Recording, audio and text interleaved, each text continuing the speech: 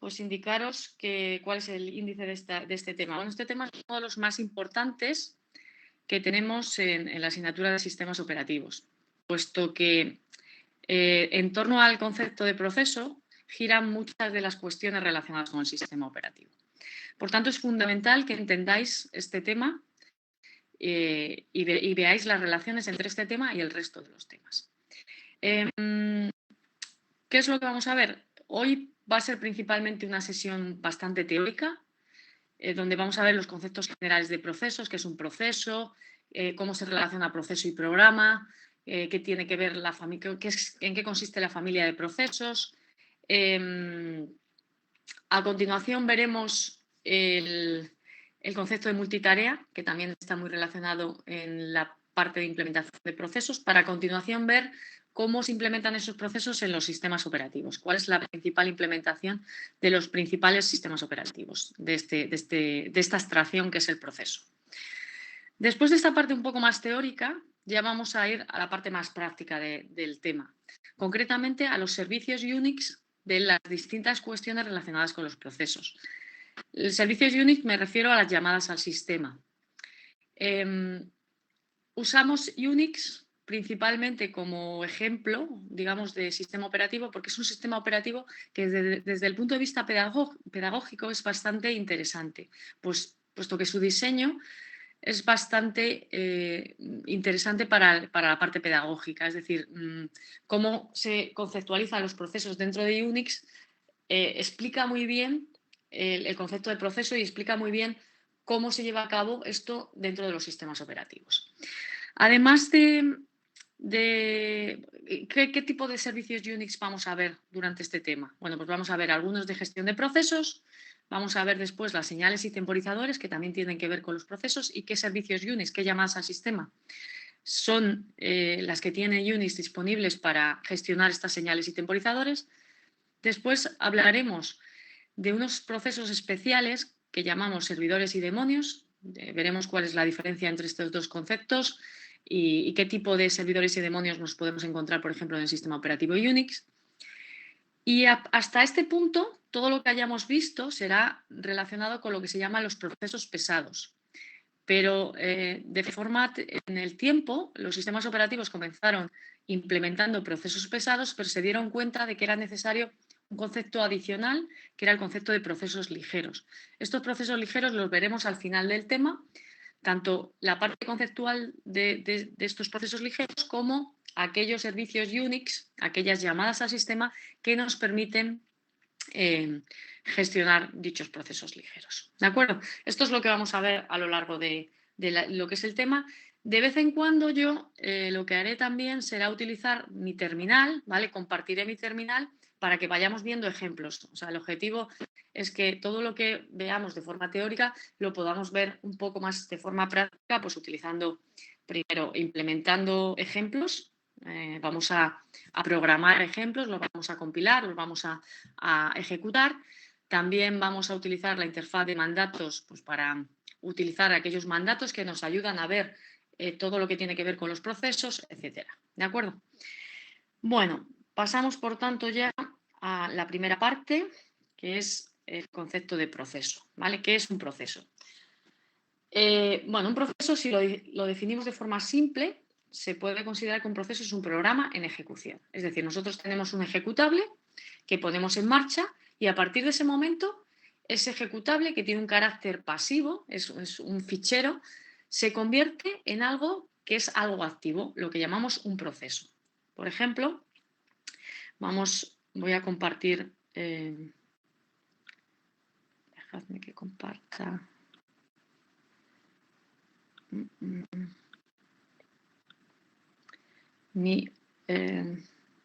Compartir aplicación pantalla. Espero que lo podáis ver bien. A ver. A lo mejor tarda un poco en compartirse. ¿Vale? No sé si estáis viendo mi pantalla. Espero que sí. Vale, perfecto. Muy bien. Bien, ahí voy a ponerlo un poquito más grande para que lo veáis bien. ¿Vale? Aquí. Bien, aquí estamos en un sistema operativo, supongamos Unix, ¿vale? ¿qué tenemos ahí? Si damos, por ejemplo, utilizamos el mandato PS, ¿vale? El mandato PS es un mandato que nos permite ver el estado de los procesos. PS son las siglas de Process Status, ¿vale?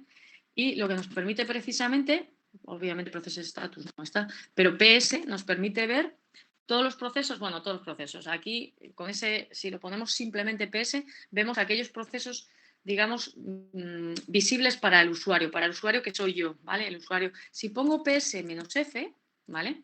Me muestra un poquito más de información sobre esos procesos. En concreto, fijaos que me va a mostrar información sobre algo que se llama UID, algo que se llama PID, algo que se llama PPID, etcétera, ¿vale? Esto lo vamos a ir viendo a lo largo del tema.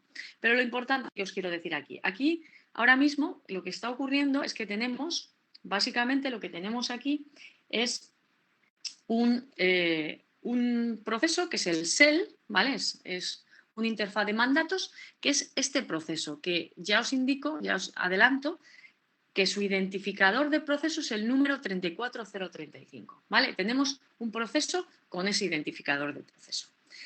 Y ese proceso, si queremos crear nuevos procesos, pues lo que podemos hacer es lanzar ejecutables, ¿vale? Lanzar ejecutables que hagan algo. Por ejemplo, hay otro mandato que se llama sleep, que lo que hace es simplemente hacer que un proceso duerma el número de segundos que tú le indiques. Si yo pongo, por ejemplo, sleep 10, bueno, lo voy a poner en segundo plano, ya veremos qué es esto de primer plano, segundo plano.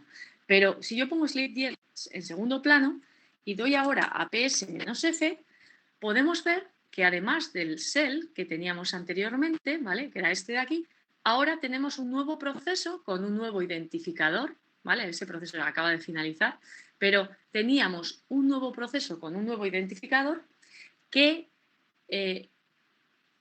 ha tomado vida, ¿vale? Ha durado 10 segundos, ha sido el sleep, digamos, se está ejecutando dentro del contexto de un proceso. Eso es lo que denominamos proceso, ¿vale? Entonces voy a volver otra vez a las transparencias. Dejo de compartir esto y compartimos de nuevo las transparencias. Vale, seguimos por aquí. Vale. Perfecto. Entonces, fijaos que cuando tenemos un programa que ponemos en ejecución, eso le denominamos proceso. Y el sistema operativo lo que hace es hacer creer a esos programas que tienen su propia máquina. Es decir, si yo lanzo varios procesos de ese estilo, cada uno de esos programas en ejecución, cada uno de esos procesos, está utilizando los recursos de mi máquina, ¿vale? Y los está usando como si fueran exclusivos para esos procesos. Pero la realidad es que no es así. Es que todos los recursos que yo tengo en mi máquina se están compartiendo por parte de todos los procesos que en ese momento yo tenga en ejecución, ¿vale?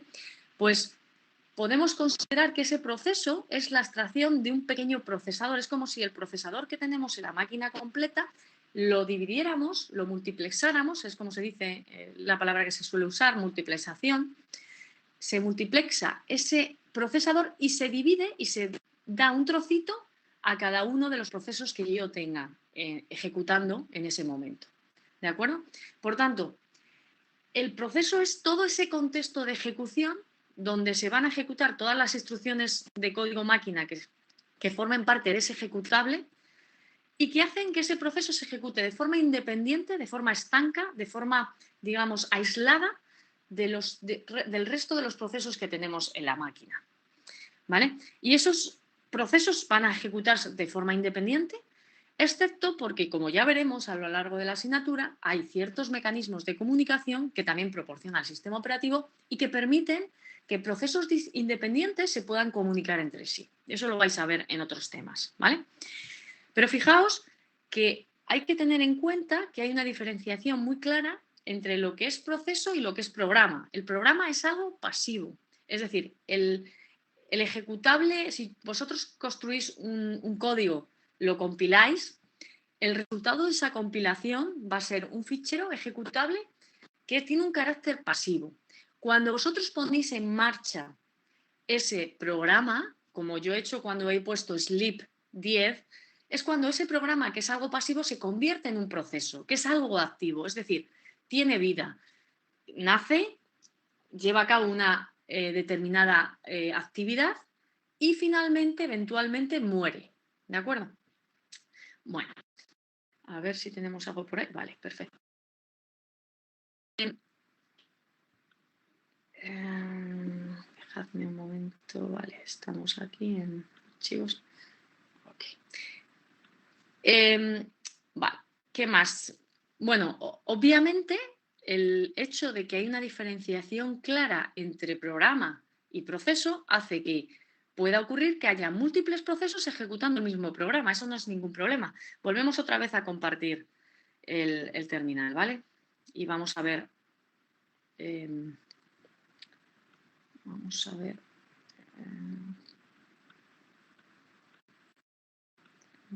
Esto. Vale. Compartir aplicación. Vuelvo a compartir la pantalla. Y fijaos. A ver si. Vale, espero que ya lo estéis viendo en vuestras casas. Fijaos, de nuevo volvemos a lo mismo. Estoy poniendo aquí los procesos que tengo. Inicialmente solo el shell, ¿vale? Un shell, un proceso que es un intérprete de mandatos. Y supongamos que yo ejecuto un sleep 15. Esto de aquí es que estoy ejecutando ese proceso en segundo plano. Significa, básicamente, que si lo ejecuto en segundo plano implica que ese proceso se va a ejecutar sin que el proceso padre, ya veremos qué es esto del proceso padre, espere por él. Entonces, básicamente yo lo ejecuto y el terminal vuelve, o sea, el intérprete de mandatos vuelve inmediatamente. Si yo ahora ejecuto un nuevo proceso, sleep 20, fijaos que en este momento tengo 3 procesos, bueno, tengo más procesos obviamente en la máquina, pero visibles para el usuario tengo 3 procesos, uno que es este de aquí, que es el shell, ¿vale? El intérprete de mandatos, y luego otros 2 procesos diferentes, fijaos que su PID, su identificador de procesos, es distinto, ¿vale? Y curiosamente uno es un número superior al otro, ya veremos que esto no es algo casual, sino que es lo habitual, cuyos procesos son distintos, pero fijaos que el ejecutable es exactamente el mismo. Ambos están ejecutando el ejecutable sleep. ¿De acuerdo? Luego hay que tener en cuenta que una cosa es programa y otra cosa es proceso. ¿Bien? Volvemos otra vez a las transparencias. Ok. Y vale, por tanto, fijaos que podríamos considerar podríamos definir de forma más precisa un proceso como aquella unidad de procesamiento gestionada por el sistema operativo. Es decir, yo tengo un procesador o varios procesadores en una máquina que van a compartirse entre todos los procesos que tengo yo en esa máquina en un momento determinado, y el proceso es la unidad de procesamiento gestionada por el sistema operativo. El sistema operativo va a coger y va a gestionar recursos, va a asignar recursos a los distintos procesos que yo tenga en un momento determinado. En la mayoría de los sistemas operativos, el proceso está asociado al programa de por vida. Es decir, cuando yo hago un sleep, como antes, ese proceso va a durar el tiempo que yo le diga y su ejecución va a estar ligada de por vida durante ese tiempo a un único ejecutable. ¿De acuerdo? Pero podría ocurrir que un mismo proceso cambie de programa a lo largo de su vida. Ya veremos, y lo vamos a ver más adelante, que hay una llamada al sistema que se llama ESEC, que permite que un proceso cambie de programa durante su vida, ¿vale? Que no ejecute el mismo programa de por vida, sino que cambie, en medio de su vida de proceso, pueda cambiar el programa que está ejecutando. Luego hay otros sistemas operativos en los que, por ejemplo, en Windows, eso no puede ocurrir siempre. Cuando hay un nuevo proceso, ese proceso siempre está ligado a un programa de por vida. Pero en Unix sí podemos cambiar el programa durante la vida. ¿Vale? De momento simplemente os adelanto, pero todavía no sabemos nada de esto, que hay 2 llamadas en Unix, una que se llama fork y una que se llama exec, que precisamente se ve clarísimamente en esa interfaz la diferencia que existe entre proceso y programa. porque fork va a ser una llamada que me permite que un proceso cree otro proceso asociado al mismo programa, y exec me va a hacer que un proceso cambie de programa en un momento determinado.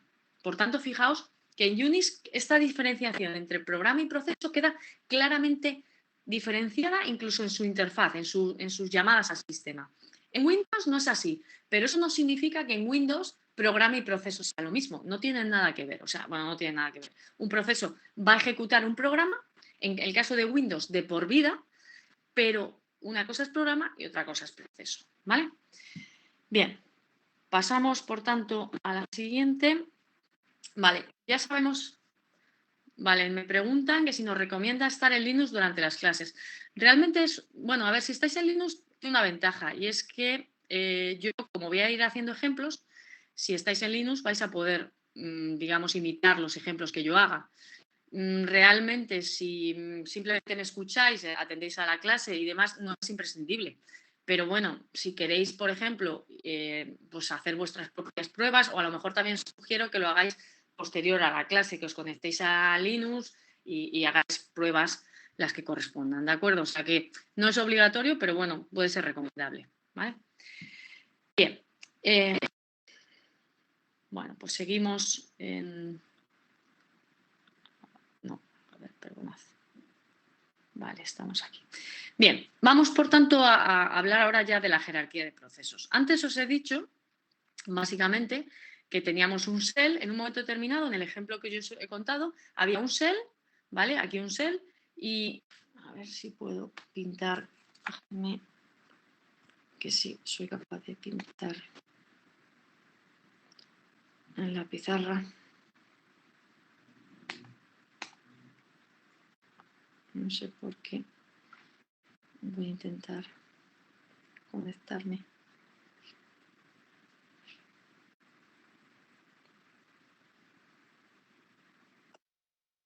Vale. Ahora creo que me tengo que dar permiso un segundo. Ah, no, estoy como presentadora, vale. Perfecto. Bien, lo que os decía. Por ejemplo, en el ejemplo anterior, el shell al que mencionaba, podría ser algo de este estilo, ¿vale? Podría ser algo como esto, ¿de acuerdo? Un proceso. El sleep al que me refería antes sería un proceso hijo, ¿vale? Un proceso hijo. A ver, perdona. Este sería el shell. Y este podría ser el proceso sleep, ¿de acuerdo? Al que antes mencionábamos. ¿Qué ocurre? ¿Qué relación existe entre este proceso y este otro proceso? Pues que fijaos que la forma en que tiene Unix de gestionar los procesos es que este proceso es hijo de este, ¿de acuerdo? Y de hecho, luego lo veremos. Veremos que el proceso, el PID, ya he mencionado que el PID va a ser el identificador del proceso. El PID del padre va a ser concretamente de este proceso, va a ser el shell, como ya veremos. Vale. Al igual que podemos tener proceso padre, proceso hijo, podríamos tener procesos hermanos. Es decir, si este proceso, a su vez, el proceso A su vez, si este proceso a su vez crea varios procesos, todos estos procesos de aquí, ¿vale? El proceso B, el proceso D y el proceso C se denominarán hermanos porque su padre es exactamente el mismo. Y de esta forma también podríamos decir que el proceso B es nieto del proceso shell, ¿vale? O que el proceso shell es abuelo del proceso B. Es decir, en Unix y en muchos sistemas operativos se habla de jerarquía de procesos, se habla de familia de procesos, ¿vale? Eso por un lado. Por otro lado, tenemos que, como he dicho antes, el proceso tiene una vida, se crea en un momento determinado, ejecuta un determinado ejecutable o varios. Por ejemplo, en el caso de Unix, como os he dicho antes, existe la posibilidad de cambiar el programa durante la ejecución del mismo y eventualmente ese proceso muere o termina. ¿De acuerdo? Yo tengo una pregunta. ¿Cuál es la diferencia Aparte de esto, también entre os las he comentado y prácticas os lo he dicho que hay dos y los formas de ejercicios ejecutar un propuestos? proceso.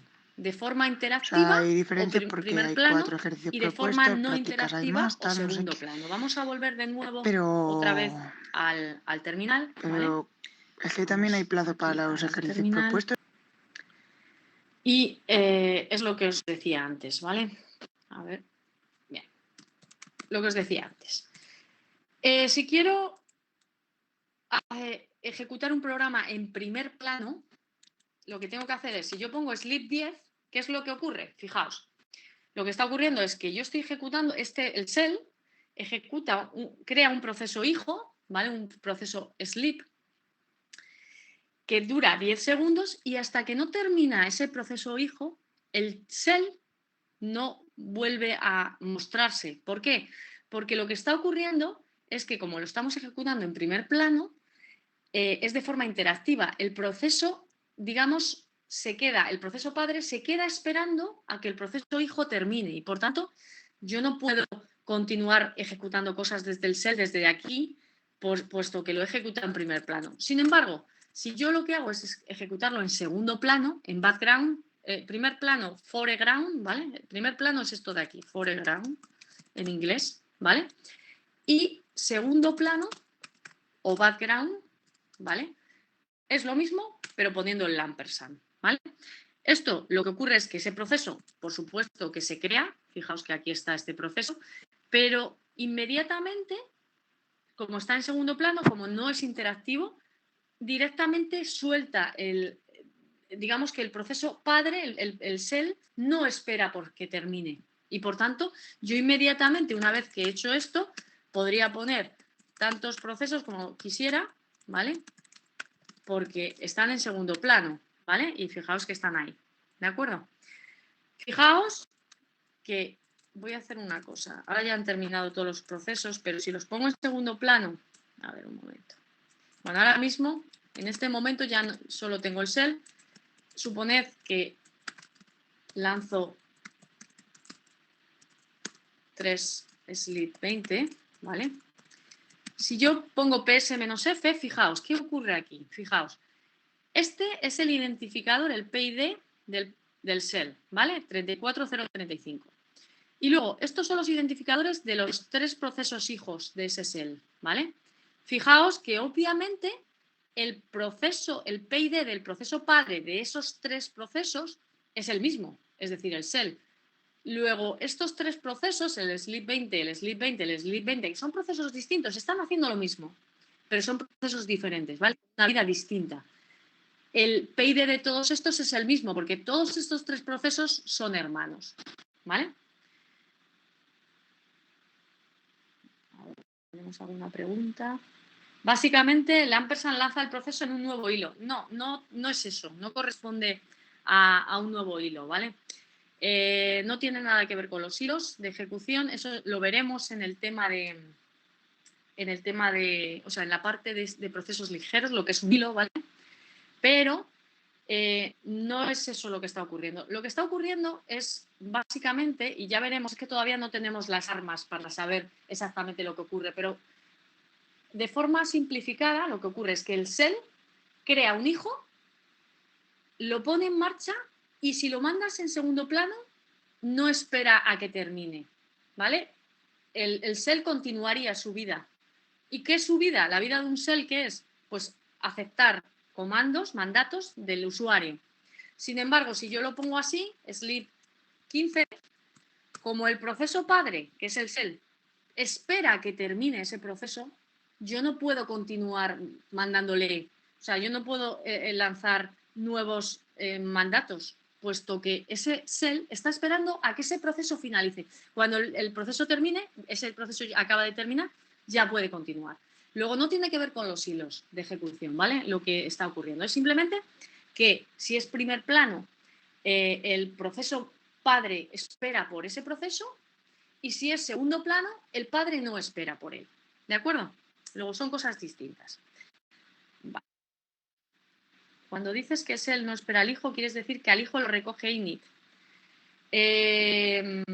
A ver, os estáis adelantando, supongo que sois gente que habéis hecho la asignatura anteriormente.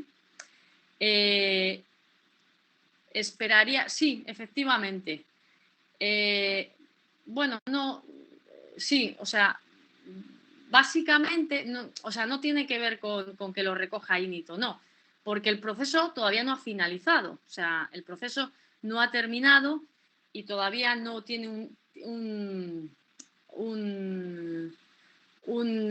digamos, un código de terminación que tiene que recoger el proceso padre.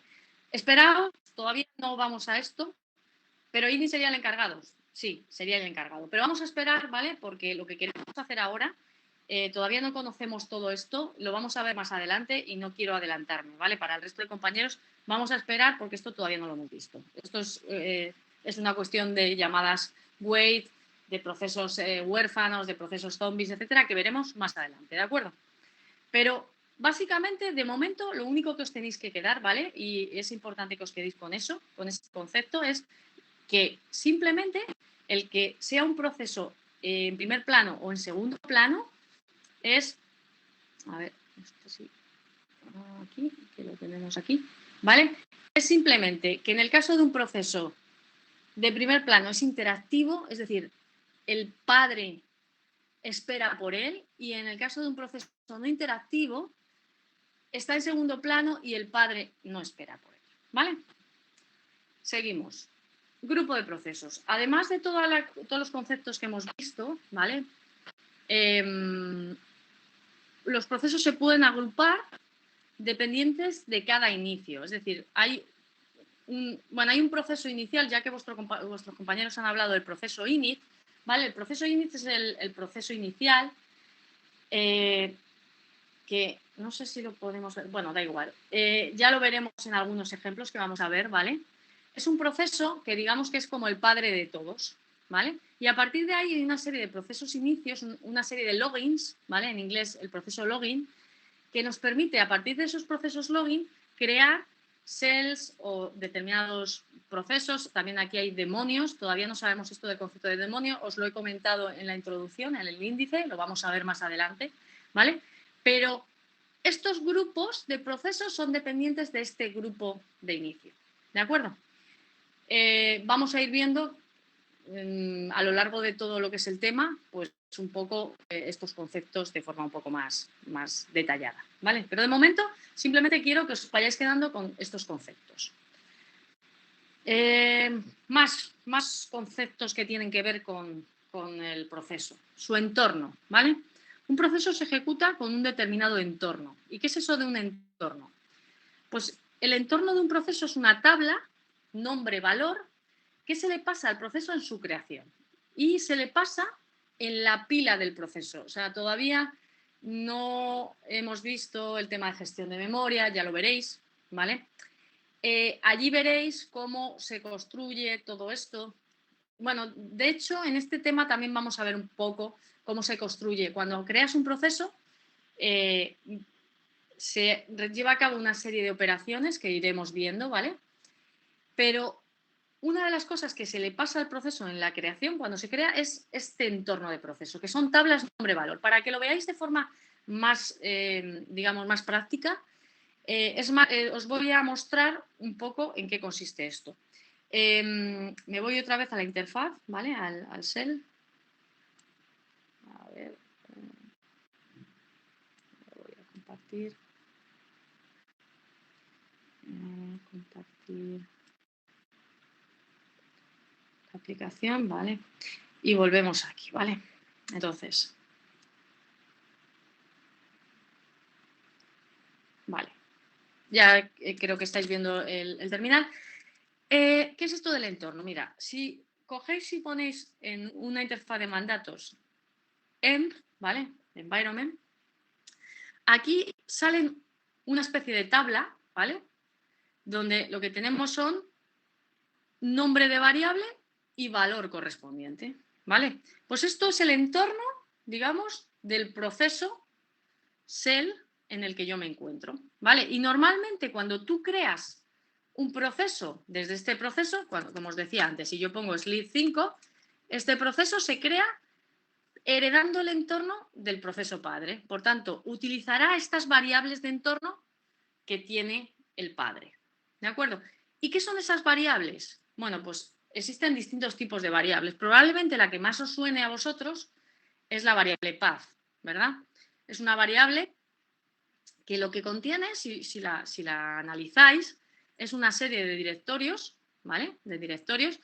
¿Y para qué sirve esta lista de directorios? Pues esta lista de directorios sirve para localizar los ejecutables. Es decir, cuando yo aquí pongo sleep, no significa que este ejecutable se encuentre directamente en este directorio. De hecho, si yo pongo ls-l, ¿vale? En este ls es un mandato que en Unix te permite listar el directorio en el que te encuentras, ¿vale? Si ponéis ls-l, yo aquí no encuentro ningún sleep. Sin embargo, ¿cuál es el sleep que estoy ejecutando ahí? Si yo pongo which sleep, me dice exactamente cuál es el que yo estoy ejecutando. Y el que estoy ejecutando es un ejecutable que está en /bin y se llama sleep.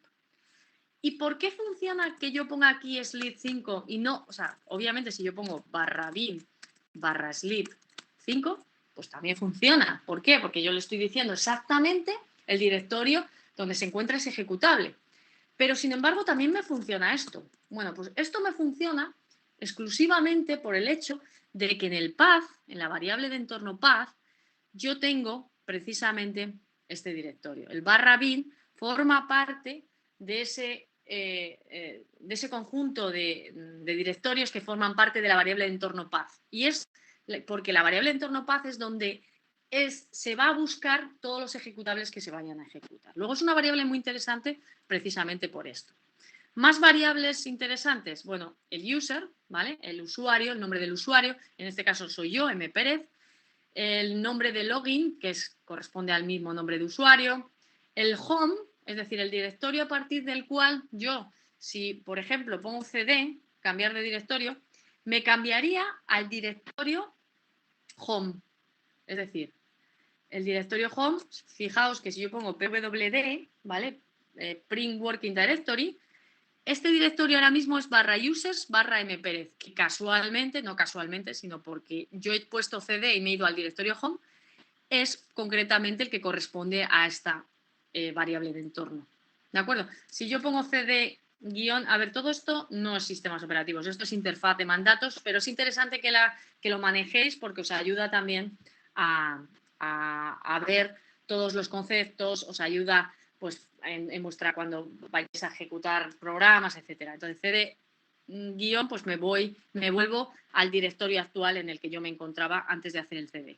¿De acuerdo? Pero bueno, que esto, insisto, que no es lo fundamental de sistemas operativos, por supuesto. Vale, entonces, esas variables, insisto, son variables que nos van a ayudar, se le pasan a los procesos y están en la pila del proceso.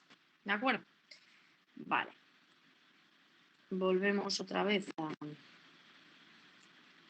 las transparencias.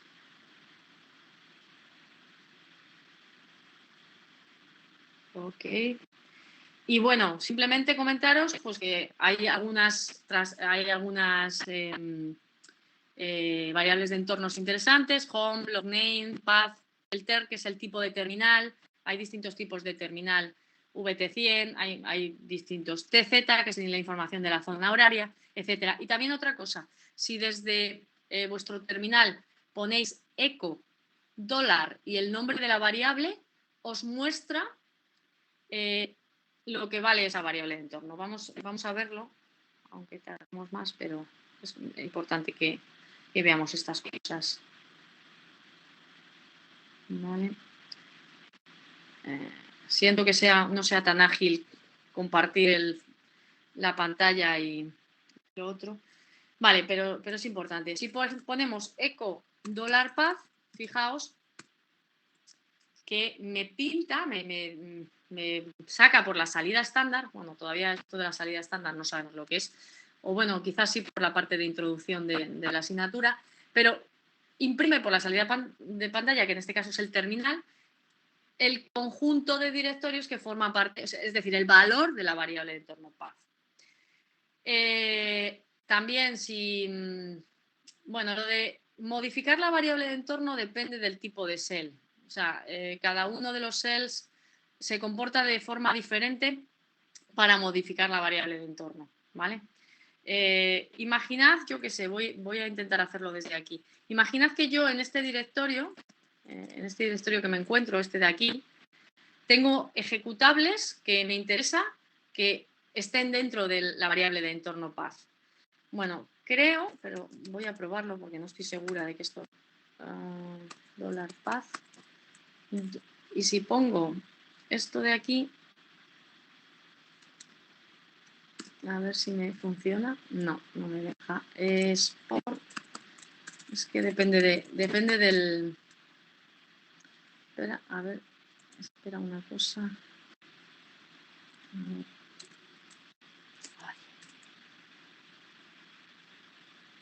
momento.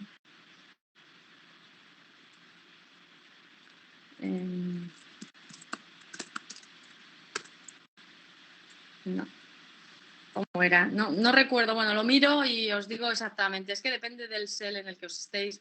La modificación de las variables de entorno se lleva a cabo de forma distinta. Sí, es por path. Si ahora pongo echo $path, aquí está, efectivamente. Fijaos, es que depende del interfaz de mandatos, el cell que tengáis. Entonces, en cada uno es de una forma distinta, pero si ponéis export el nombre de la variable $path, que es decir, quiero que siga teniendo lo mismo que tenía antes, pero además le añado este directorio. Bueno, pues si ahora yo aquí tuviera un ejecutable, no necesitaría poner la ruta completa para poder acceder a ese ejecutable porque ya está dentro de la variable de entorno. ¿De acuerdo? Vale, muy bien. Pues seguimos, por tanto. Vale.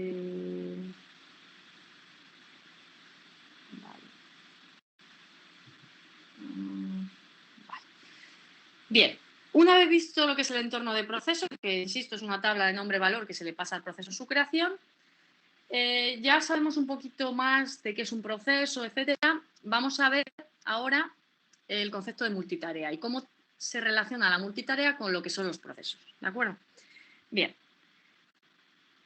En esta figura de aquí, lo que se muestra es básicamente que, como os he dicho antes, no es que haya un único proceso ejecutando en la máquina, sino que hay múltiples procesos que están ejecutando.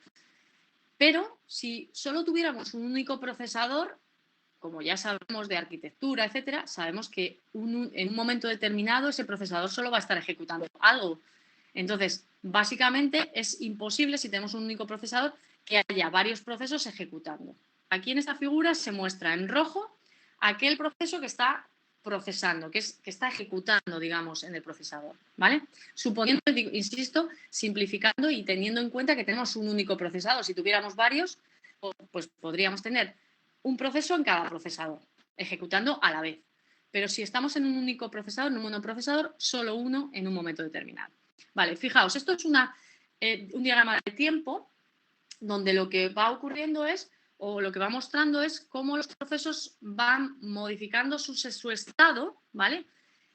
A lo largo del tiempo. Los procesos, como ya veremos más adelante también, y aquí me adelanto otra vez, pueden estar en distintos estados. Pueden estar o ejecutando, es decir, han sido seleccionados por el sistema operativo y se han puesto a ejecutar en el procesador. Pueden estar listos para ejecutar, es decir, esos procesos podrían estar en ejecución, pero como el sistema operativo no los ha seleccionado, están en estado listo, es decir, no han sido asignados al procesador todavía y están esperando a que se les seleccione. O bien, un proceso, y estos son los que aparecen aquí en amarillo, ¿vale? O bien podrían estar bloqueados porque están esperando a que ocurra algo. Por ejemplo, un proceso puede estar bloqueado por una operación de entrada-salida. Es decir, un proceso, imaginemos que está leyendo un fichero. Bueno, cuando lees un fichero, tienes que hacer una operación sobre el disco, donde está ese fichero, y esa operación lleva tiempo y no tiene sentido que ese proceso que está haciendo esa operación de entrada-salida esté ocupando el procesador. Por tanto, ese proceso estará bloqueado esperando a que esa operación de entrada-salida finalice. ¿Vale? Entonces, aquí fijaos que lo que se está mostrando en esta figura es que inicialmente el proceso A está en ejecución. Esto que aparece en gris es cuando el sistema operativo digamos, toma el control. ¿Y cuándo va a tomar control el sistema operativo? ¿Cuándo se va a ejecutar código del sistema operativo? Bueno, pues se va a ejecutar código del sistema operativo cuando el proceso haya hecho, ya veremos, cuando haya hecho una llamada al sistema, o bien haya llegado una interrupción que puede llegar, por ejemplo, del disco, o bien, por ejemplo, porque ese proceso haya generado una excepción, ¿vale? En esas tres situaciones, el sistema operativo se pone a ejecutar y ejecuta código del sistema operativo. Y cuando el sistema operativo se pone a ejecutar, ¿por qué ha ocurrido esto? Pues fijaos, yo ya veo que después de esta ejecución, el proceso A pasa a estar bloqueado por una operación de entrada-salida. Es decir, lo que ha ocurrido aquí es que el proceso A ha hecho una llamada que implica una operación de entrada-salida, por ejemplo, un read de un fichero, se queda bloqueado y por tanto el sistema operativo coge un proceso que está listo para ejecutar y lo pone en ejecución. ¿Qué ocurre aquí? El problema que ocurre aquí es, bueno, fijaos que este proceso aparentemente, o sea, esto no tiene mucho sentido porque este proceso debería haber pasado a primero. Vale, o sea, aquí lo que está ocurriendo, vale, no os quiero liar. Mejor nos vamos a la siguiente transparencia porque esto realmente lo que está ocurriendo es que este proceso, el proceso B, cuando llega otra interrupción, pasa de estar en entrada-salida a estar listo para ejecutar, ¿vale? Y en ese momento el sistema operativo puede seleccionarlo, pero creo que es mejor que nos vayamos a la siguiente transparencia, donde está todo un poco más simplificado, ¿vale? En azul están los procesos que están en bloqueados, en rojo el proceso que está en ejecución, en verde los procesos que están listos para ejecutar, ¿vale? Creo que es así, sí. Fijaos, en un momento determinado solo un proceso puede estar en ejecución. En esta primera parte, el proceso B es el que está en ejecución. Se activa el sistema operativo. ¿Por qué se puede activar el sistema operativo? Bueno, pues se podría activar porque este proceso que resulta que está haciendo una operación de entrada-salida, llega una interrupción de disco, por ejemplo, que hace que este proceso que estaba bloqueado pase a estar listo para ejecutar. En el libro el azul es el listo y el verde el bloqueado. Ah, vale. Sí, porque si no no tiene sentido, cierto. Vale, pues el verde es el que está bloqueado, ¿vale? Estos procesos están bloqueados, este proceso es el que está ejecutando y este proceso es listo para ejecutar, efectivamente. ¿Qué ocurre? Aquí lo que ocurre, fijaos, es que es un poco raro el código de colores, porque yo el rojo no lo pondría para ejecutar, pero bueno, da igual. En cualquier caso, este proceso está en ejecución. ¿Vale? Llega... Ah, vale, perdonad, sí, es cierto, no se ve el cursor. Vale, os lo digo. Vale, el proceso A está en ejecución durante este tiempo. No, perdón. El proceso B está en ejecución durante este tiempo, ¿vale? En este momento de aquí, ¿vale? Se pone a ejecutar el sistema operativo. Fijaos que es este punto de aquí. ¿Qué es lo que está ocurriendo aquí? Pues lo que está ocurriendo aquí es, por ejemplo, podría ser una interrupción de reloj. Llega una interrupción de reloj y, por ejemplo, el proceso B, que estaba en ejecución, pasa a estar... No puede ser porque realmente no es por una interrupción de reloj, porque el proceso B pasa a estar bloqueado, ¿no? O sea, hemos dicho que el verde... A ver, un momento. ¿Cuál es el código de colores? El azul es el listo y el verde bloqueado, ¿vale? Entonces, no puede ser así. O sea, lo que ocurre es que el proceso B está en ejecución. Y en un momento determinado el proceso B hace una operación de entrada-salida, ¿vale? Y eso es lo que ocurre, que el sistema operativo entra en ejecución aquí, en este punto, ¿vale? A ver si soy capaz de ponerlo. Ay, ahora no me está funcionando la esta. Bueno, da igual. El sistema operativo se pone en ejecución y hace que el proceso B pase a estar bloqueado, ¿vale? Porque ha hecho una operación de entrada-salida. Y en ese momento el sistema operativo tiene que seleccionar algún proceso que esté listo para ejecutar para ponerlo en ejecución. El único proceso que en este momento está listo para ejecutar es el proceso A. Luego es el que a continuación va a ser el proceso que esté en ejecución, ¿vale? A ver, dejadme que intente volver a conectarme con la pantalla porque es que no soy capaz de utilizar el... Vale, ahora. Ok, entonces, Durante este tiempo está ejecutando ese proceso A, ¿vale? Llega, por ejemplo, aquí llega otra interrupción, ¿vale? En este punto de aquí llega una interrupción. A ver, en este punto de aquí... No soy capaz, la pantalla, la pizarra me va bastante mal, pero bueno, perdonad. En este punto de aquí, insisto, a ver, en este punto de aquí llegaría una interrupción, ¿vale? Que hace que el sistema operativo vuelva a ejecutar, ¿vale? ¿Y qué es lo que ocurre en ese punto? Pues ocurre que un proceso que estaba bloqueado pasa a estar listo para ejecutar, ¿vale? Bueno, está listo para ejecutar, pero el proceso A, como tiene más prioridad que el proceso C, continúa ejecutando, ¿vale? Y en un momento determinado, a continuación, el proceso se bloquea por una operación de entrada-salida. De nuevo, el sistema operativo se pone en marcha, hace que el proceso A pase de estar en ejecución a bloqueado y en ese momento tiene que seleccionar a un proceso que está listo para ejecutar para ponerse en marcha y selecciona al proceso C, que es el que se pone en marcha de nuevo.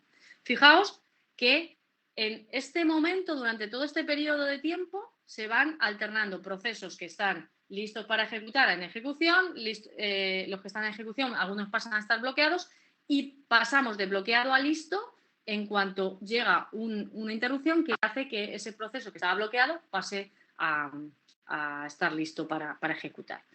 El único punto que os quería contar, además, o sea, a partir de ahí se lleva a cabo una secuencia de acciones donde se van alternando los procesos en el procesador y el único punto que os quería contar es donde se ejecuta el proceso nulo. El proceso nulo es un proceso del sistema operativo que tiene prioridad mínima, ¿vale? Y que solo se va a ejecutar cuando el resto de procesos estén bloqueados, es decir, no haya ningún proceso que esté listo para ejecutar, puesto que ese proceso tiene mínima prioridad y no sirve para nada, es simplemente un proceso que ocupa el procesador, pero que no hace ningún trabajo útil. Fijaos que concretamente es cierto que cuando se ejecuta el proceso nulo es porque el resto de procesos, proceso A, B, C y D, están bloqueados, ¿de acuerdo? Luego, esto sería, digamos, básicamente la alternancia que se va llevando a cabo en el procesador cuando tenemos múltiples procesos, ¿vale? Esto es lo que es el concepto de multitarea, porque todos los procesos parece que tienen un procesador exclusivamente para ellos, pero la realidad es que no es así. La realidad es que el procesador se multiplexa, se divide entre todos los procesos que tenemos en la máquina. Vale, muy bien.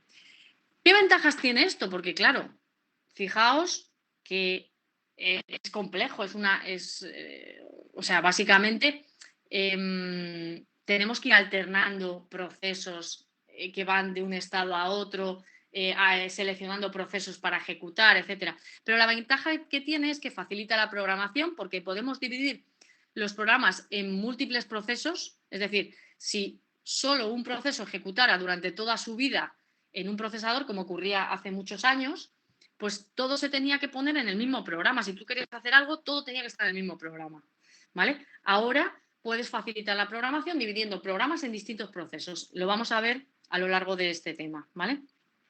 También el tener multiprogramación, tener multitarea, permite el servicio interactivo de varios usuarios de forma eficiente. Es decir, cuando vosotros usáis Tricky, por ejemplo, una máquina del centro de cálculo, es una máquina que tiene multitarea, que tiene multiprogramación, donde vosotros como usuarios podéis ejecutar procesos de forma concurrente. No es que esta máquina sea exclusivamente para un usuario.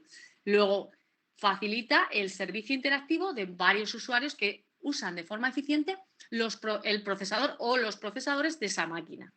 Y además, como hemos visto en la transparencia anterior, aprovecha los tiempos que los procesos pasan esperando a que se completen sus operaciones de entrada-salida y durante ese tiempo que ese proceso está en una operación de entrada-salida, entra otro proceso a ejecutar dentro del procesador. Luego aumenta el uso de la CPU, por tanto estamos haciendo un uso más eficiente precisamente de ese procesador.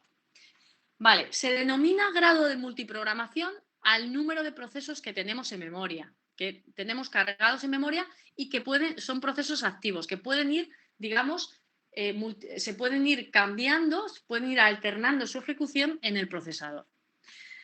Esto ya es un tema de memoria y lo veréis en el tema de gestión de memoria, pero veréis que hay sistemas sin memoria virtual, digamos sistemas un poco más antiguos, donde toda la memoria principal tenía que tener capacidad para almacenar tanto el sistema operativo como todos los procesos activos y no tienes memoria virtual. Y luego hay sistemas con memoria virtual, donde utilizas también el disco para hacer que se amplíe, por así decir, la memoria que tienes en el sistema, se amplíe de forma virtual. Y lo importante es que los marcos de página disponibles en memoria se repartan entre el sistema operativo y los procesos. Esto lo habréis visto en arquitectura y de todas formas lo vais a ver en el tema de gestión de memoria, ¿de acuerdo? Pero esa es la relación que existe entre los sistemas con y sin memoria virtual y el tema de la multiprogramación o la multitarea, ¿de acuerdo? Bien. Bueno, pues fijaos, ya hemos visto el concepto de procesos, hemos visto el concepto de jerarquía de procesos, familia de procesos, hemos visto la multitarea y cómo la multitarea se relaciona con la ejecución, digamos, concurrente de los procesos. Y ahora vamos a ver un poquito más sobre cómo se implementa este concepto de proceso dentro de los sistemas operativos. Bien, como hemos dicho antes, lo que ocurre es que si tuviéramos un único procesador, el sistema operativo reparte ese procesador entre todos los procesos existentes. Si tenemos N procesadores en un sistema multiprocesador, que es lo habitual actualmente, tenemos que repartir esos N procesadores entre todos los procesos existentes, cuando normalmente lo normal es que tengamos más procesos activos que procesadores, ¿vale? Es lo habitual. Entonces, ¿qué es lo que tiene que ir haciendo el sistema operativo? El sistema operativo, como gestor de recursos, lo que va haciendo es asignar y quitarle el uso del procesador a cada proceso que tenemos en el sistema. Vale. Pero claro, eso no se hace de forma mágica, sino que cuando tú le quitas el procesador a un proceso y posteriormente se lo vuelves a asignar, el proceso tiene que reanudar su ejecución en el momento en el que se quedó, porque obviamente el que tengamos multitarea, el que tengamos multiprogramación, no significa que los procesos hagan cosas distintas. Luego, tenemos que asegurarnos que ese procesador, que ese proceso, cuando reanuda la ejecución, sigue en el punto en el que estaba. Por tanto, cuando reanuda su ejecución, tiene que estar instalado, por así decirlo, el contexto de ese proceso. Es decir, por favor, dejad de usar los cursores y todo eso, es que si no me despistáis un poco, ¿vale? Gracias. ¿Qué tiene que estar instalado? Tiene que estar los registros del procesador, tal y como se quedaron en la última ejecución, los ficheros que estén abiertos por ese... A ver, por favor, ¿alguien puede dejar de usar los cursores? Gracias. Los ficheros que estén abiertos, el directorio actual, la imagen de memoria del proceso. Es decir, que cuando cambiamos de proceso en el procesador, que es lo que se llama cambio de contexto, ¿vale? Y ya lo veremos, tenemos que hacer, el sistema operativo tiene que hacer una serie de operaciones que son pesadas y que significan que cuando ese proceso vuelve a estar en ejecución, tenemos que colocar, instalar el contexto de ese proceso para que en ese momento el proceso ejecute lo que tiene que ejecutar. Y para poder hacer este cambio de contexto, es decir, cuando un proceso pasa a estar bloqueado o listo para ejecutar y posteriormente vuelve a estar en ejecución, lo que tiene que hacer el sistema operativo, obviamente, es almacenar y gestionar la información de cada proceso. Es decir, tiene que guardar toda esa información de contexto de un proceso que necesitamos para luego volver a poner en marcha al proceso cuando le asignemos el procesador. Vale. Bueno, pues ese contexto del proceso, ¿qué es? No es tampoco nada mágico. Hay que guardar toda la información que necesitamos del proceso que vamos a necesitar cuando ese proceso esté en ejecución para que ejecute de forma correcta. ¿Y en qué se divide ese contexto del proceso? Pues la información se organiza en 3 grupos.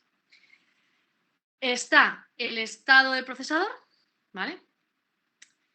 está la imagen o mapa de memoria y están las tablas del sistema operativo. Vamos a ver cada una de estas partes, digamos, estos grupos de información del contexto del proceso, en qué consisten, ¿vale? Vale, el estado del procesador. El estado del procesador, que es, digamos, esto de aquí, son... Ay, perdonad, porque es verdad que no, aquí. Son esto de aquí, ¿vale? Todos estos de aquí. Son los registros especiales, los registros generales, el contador de programa, el puntero de pila, el registro de estado de ese proceso en cuestión. Es decir, está formado por el contenido de todos los registros del procesador que cuando el proceso está en ejecución, ¿qué ocurre? Pues que estarán, esos registros estarán en el registro del procesador en el que ese proceso está en ejecución. Pero cuando el proceso no está en ejecución, es bien porque esté bloqueado, bien porque esté listo para ejecutar, pero no ha sido seleccionado por el sistema operativo, este estado del procesador se contendrá en una estructura de datos que se llama BCP y que son las siglas de bloque de control de proceso. ¿Vale? El bloque de control de proceso es una estructura de datos que contiene el sistema operativo y que guarda información de los procesos. Y concretamente en esa estructura está la información cuando el proceso no está en ejecución. Luego, cuando bloqueamos a un proceso por una operación de entrada-salida, por ejemplo, o expulsamos un proceso, pues ¿cuándo se expulsa un proceso? Pues se le quita al procesador o bien porque se quede bloqueado o bien porque ese proceso llega a un proceso más prioritario que tienes que darle el procesador, o bien, imaginad en un sistema operativo de tiempo compartido, ¿vale?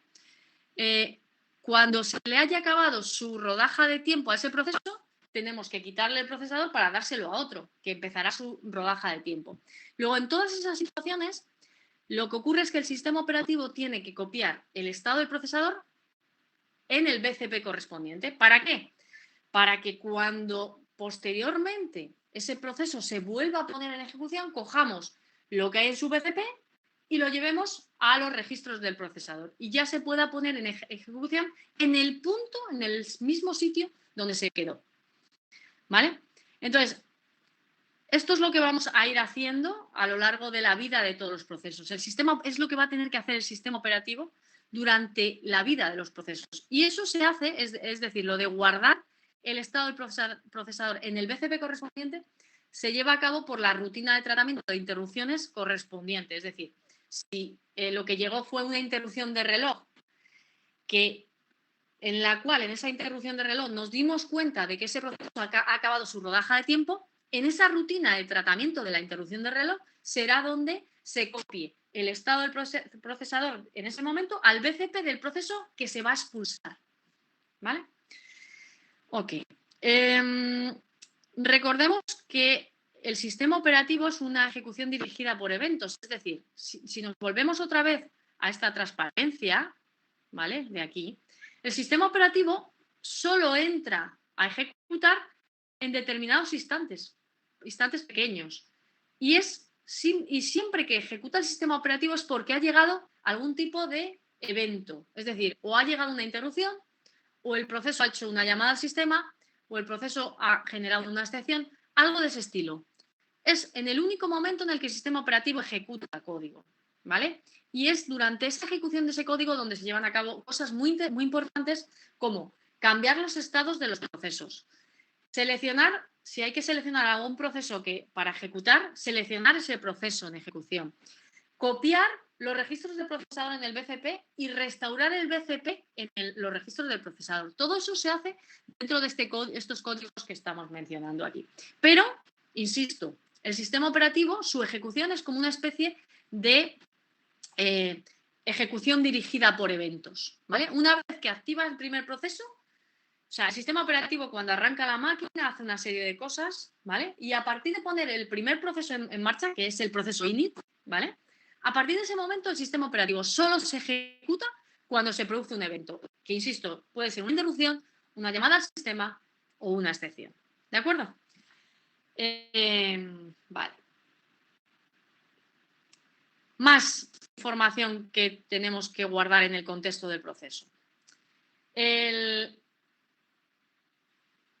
Aparte del estado del procesador, ¿qué tenemos en el BCP? El BCP, os he dicho antes, que es el bloque de control de programa, donde se guarda información del proceso en las tablas del sistema operativo. De hecho, la tabla de procesos del sistema operativo es un conjunto de BCPs, un BCP por cada uno de los procesos que tengamos activos, ¿vale? ¿Qué información se guarda en el BCP sobre un proceso? El PID del proceso, el PID del padre, el identificador de usuario, el identificador de grupo y los identificadores de grupos de procesos. Vale, de momento todavía esto del UID real, UID efectivo, no sabemos lo que es, ya lo veremos. El GID real, el GID efectivo, no sabemos lo que es, ya lo veremos. Pero sí es importante en este momento de la clase saber que aparte de...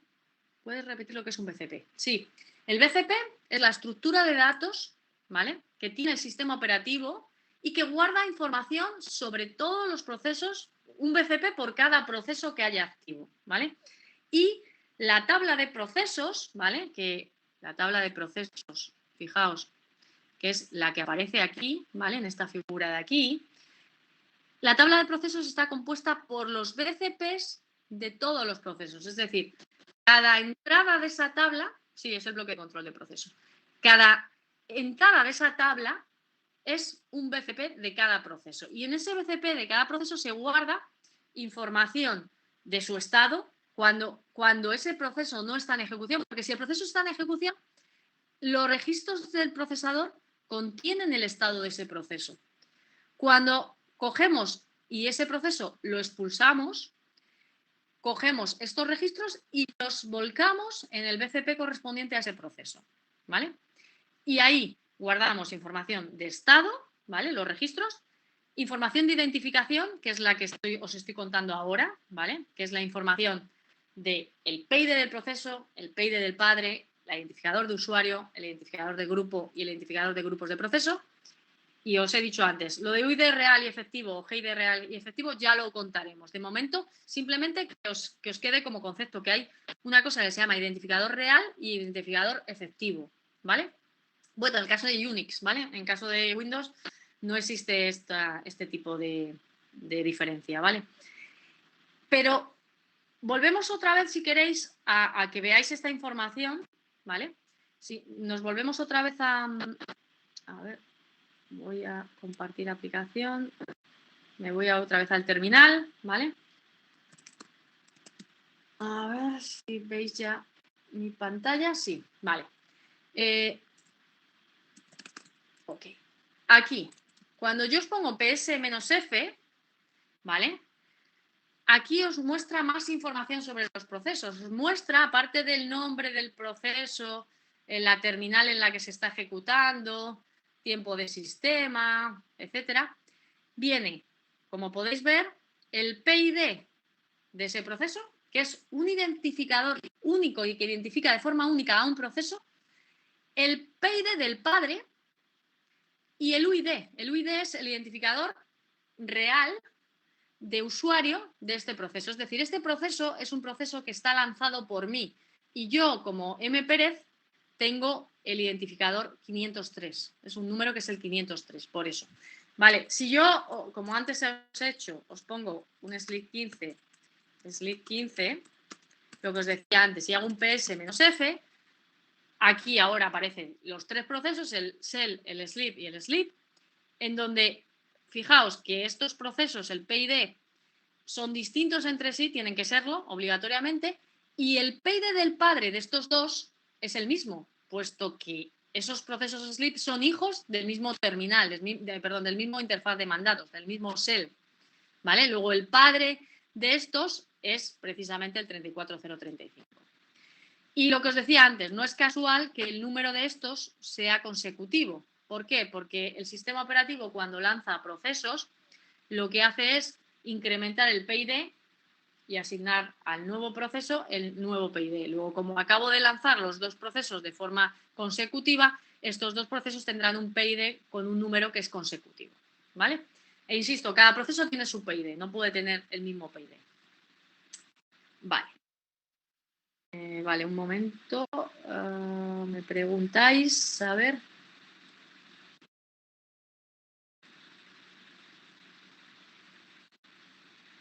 ¿Por qué no veo ahora el chat? Ah, aquí, vale. Una vez que termine la ejecución del proceso, desaparece el BCP de la tabla de procesos de forma automática.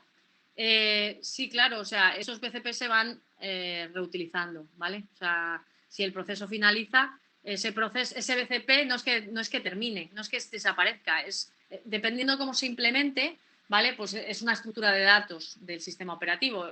Imaginad como cuando vosotros programáis algo.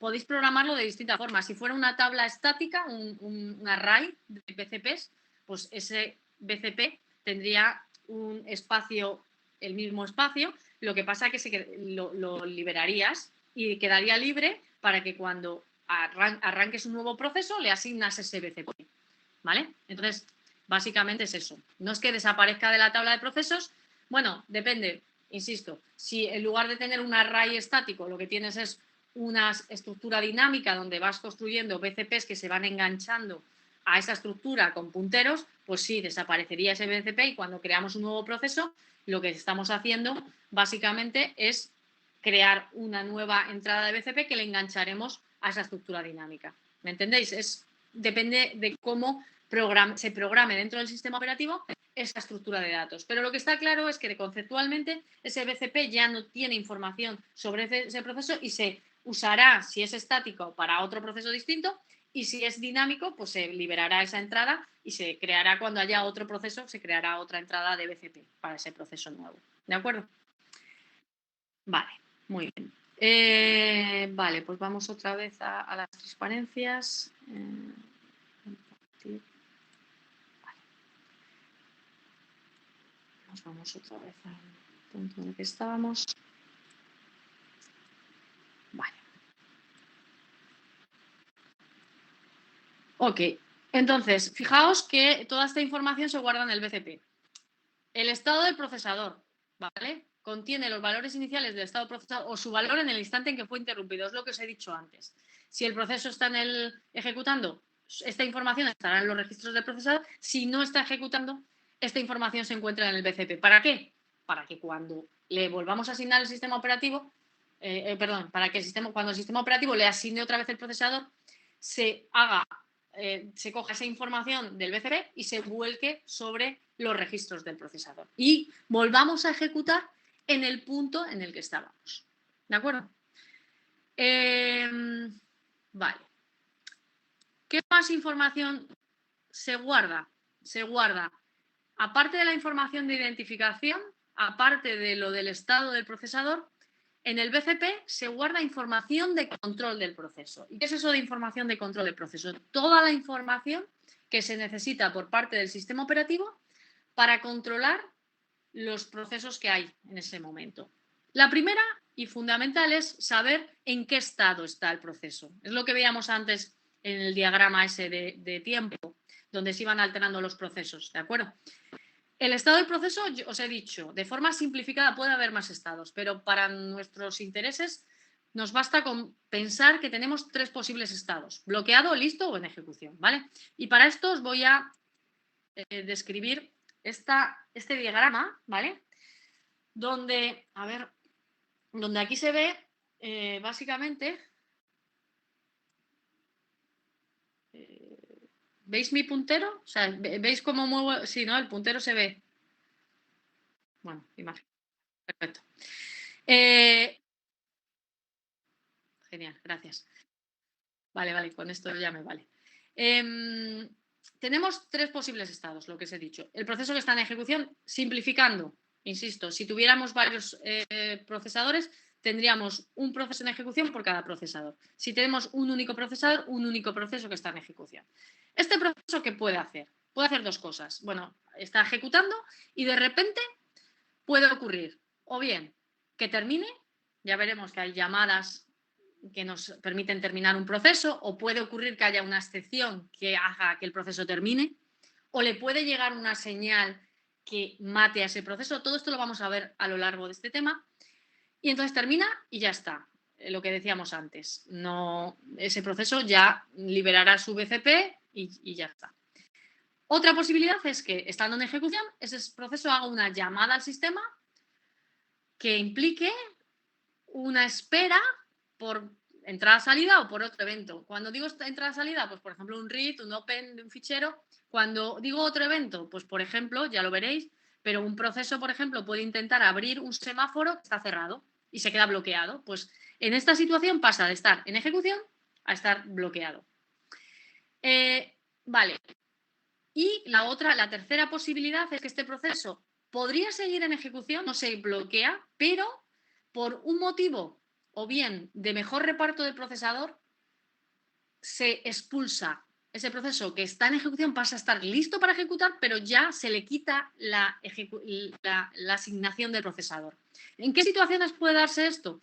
Pues bien, lo que os he dicho antes, porque llega una interrupción de reloj que haga que descubramos que la rodaja de tiempo de este proceso ha finalizado, si estamos en un sistema de tiempo compartido, ¿vale? Donde los procesos se alternan por tiempo, o bien si estamos en un sistema operativo por prioridades, si resulta que, por ejemplo, ha llegado un proceso que tiene más prioridad y que tiene que ser, o un proceso que estaba bloqueado y que tenía más prioridad ha pasado a estar listo para ejecutar y por tanto tiene sentido que este proceso que tiene menos prioridad pase a estar listo y el otro pase a estar en ejecución. ¿Vale? Luego, estas son las tres alternativas desde este estado. Desde este estado, bueno, el estado listo, cuando creamos un nuevo proceso, inicialmente lo ponemos listo para ejecutar. En ese momento, estando listo para ejecutar, la única posibilidad que existe es que ese proceso en algún momento sea planificado por el sistema operativo, sea seleccionado por el sistema operativo y puesto a ejecutar en algún procesador. ¿Vale? Es la única alternativa. Porque estando listo no nos podemos bloquear, puesto que no estamos ejecutando nada. ¿Vale? Y luego, por último, en este estado, cuando estamos bloqueados y estamos bloqueados por una operación de entrada-salida o por otro evento, esperando por un evento, cuando termina esa operación de entrada-salida o finaliza el evento por el que estamos esperando, por ejemplo, si estábamos esperando en un semáforo que estaba cerrado y se abre, pues no pasamos directamente a ejecutar, sino que pasamos de estar bloqueados a estar listos. Es decir, volvemos a estar en un estado en el que somos seleccionables, nos pueden seleccionar para ejecutar. ¿Vale? Y el módulo del sistema operativo que decide qué proceso que está listo pasa a estar en ejecución en un determinado procesador se llama planificador. ¿Vale? ¿Bien? ¿Todo entendido? Vale. Ok. Bueno, pues esto es en cuanto al estado del proceso, que como digo, de forma simplista son tres posibles estados. También dentro del BCP tenemos que guardar información del evento por el que el proceso, si está bloqueado, está esperando. Pues, por ejemplo, si estamos esperando por una operación de entrada-salida, deberíamos estar asignados a una cola que tiene el sistema operativo de procesos en espera por esa operación. O si estamos por un semáforo, pues lo mismo. Y además, si estamos dependiendo del tipo de planificador que tengamos, información de planificación. Si es por prioridades, la prioridad que tiene mi proceso para saber si un proceso que se desbloquea o entra nuevo tiene más o menos prioridad que ese proceso. Y el tiempo en espera, si estamos hablando de un sistema operativo con tiempo compartido. ¿Vale?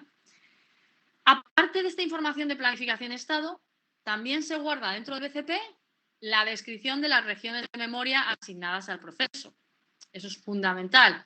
El mapa de memoria, ¿vale? Se distribuye entre las imágenes de memoria de todos los procesos, las tablas del sistema operativo, donde se guarda información del sistema operativo, y esa información es fundamental guardarla en el BCP para que cuando restauremos, es decir, cojamos al proceso y lo volvamos otra vez a poner en marcha, seamos capaces de apuntar a las regiones de memoria que están asignadas a ese proceso.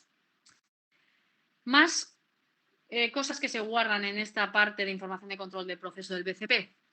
Los recursos que se asignan, ficheros abiertos, ya veremos en el tema de sistemas operativos del sistema de ficheros, vais a ver todo lo que son el concepto de descriptor de fichero abierto, todo lo que son las tablas, etcétera. La tabla de descriptores también tenemos que guardarla. El directorio actual, el directorio raíz, la máscara de ficheros, todo esto lo vais a ver en el tema sistema de ficheros, insisto. Los puertos asignados, esto es un tema relacionado con el tema de comunicación y sincronización. Es lo que os decía al principio del tema. Este tema es vital, el tema de procesos, porque liga todos los temas que vamos a ver en la asignatura. ¿De acuerdo? También los recursos de sincronización, los semáforos, los cerrojos, también esto tiene que ver con el tema de comunicación y sincronización. Y la comunicación entre procesos, espacio para almacenar señales, mensajes, etcétera. Bueno, toda esta información, todo este que tiene que ver con el control del proceso, también forma parte del BCP.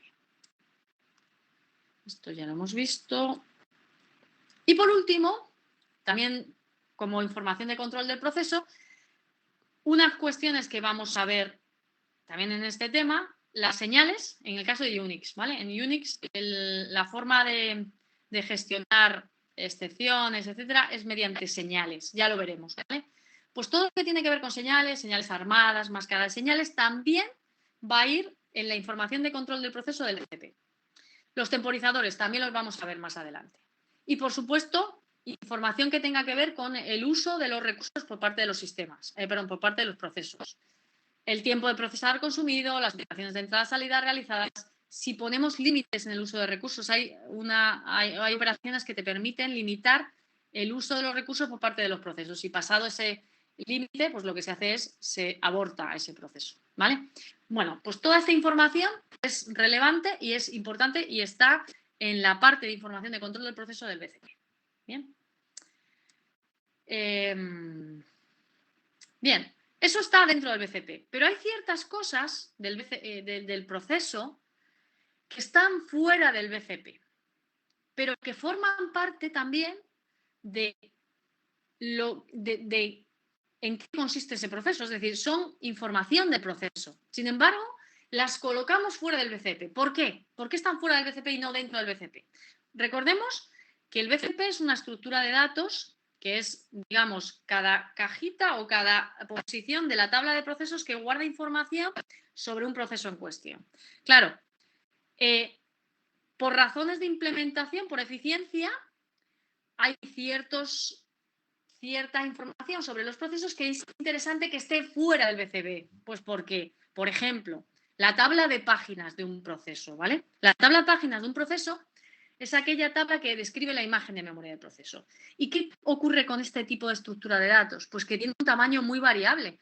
Si tuviéramos que reservar espacio dentro del BCP para algo como esto, pues estaríamos reservando para cada BCP un número máximo para que cualquier tipo de proceso tuviera la posibilidad de ser albergado dentro de ese BCP. Sin embargo, habrá procesos que tengan un tamaño de memoria muy pequeño y otros que tengan un tamaño de memoria muy grande. Luego, no tiene sentido que la tabla de páginas esté dentro del BCP, sino que lo interesante es que se pueda acceder a la tabla de páginas, pero esa información se encuentre fuera del BCP. Lo que guardamos en el BCP concretamente es el puntero a la tabla de páginas, pero la tabla de páginas está fuera. Aparte de por temas de eficiencia, también nos puede interesar tener información fuera del BCP para compartir esa información con otros procesos. Es decir, si tú resulta que la tabla de páginas la tienes dentro del BCP, ¿qué ocurre? Que ese proceso no va a poder compartir esa tabla de páginas con otros procesos distintos. Y como ya veréis en el tema de gestión de memoria, existen situaciones en las que nos interesa que dos procesos compartan memoria. Luego, también por motivos relacionados con la compartición con otros procesos, también hay cierta información que interesa ponerla fuera del BCP. ¿Vale? Luego, un ejemplo es la tabla de páginas, por los dos motivos, tanto por razones de implementación como por motivos de ser capaces de compartir esa memoria entre procesos diferentes. Otro ejemplo que veréis en el tema de sistema de ficheros, los punteros de posición de los ficheros. ¿Vale? Ya veréis cuando veáis el sistema de ficheros que cuando abres un fichero tú tienes un puntero de posición, ¿vale? Un puntero de posición que indica el sitio en el que estás haciendo una operación de entrada-salida. Vale. Entonces, ahí fijaos que existen varias alternativas a la hora de albergar esa información de puntero de posición. Tú puedes coger y decir, bueno, pues ese puntero de posición yo lo añado a la tabla de descriptores, os he dicho antes, en el BCP se guarda la tabla de descriptores de ficheros abiertos por un proceso. Pero claro, si tú lo añades ahí, ¿qué ocurre?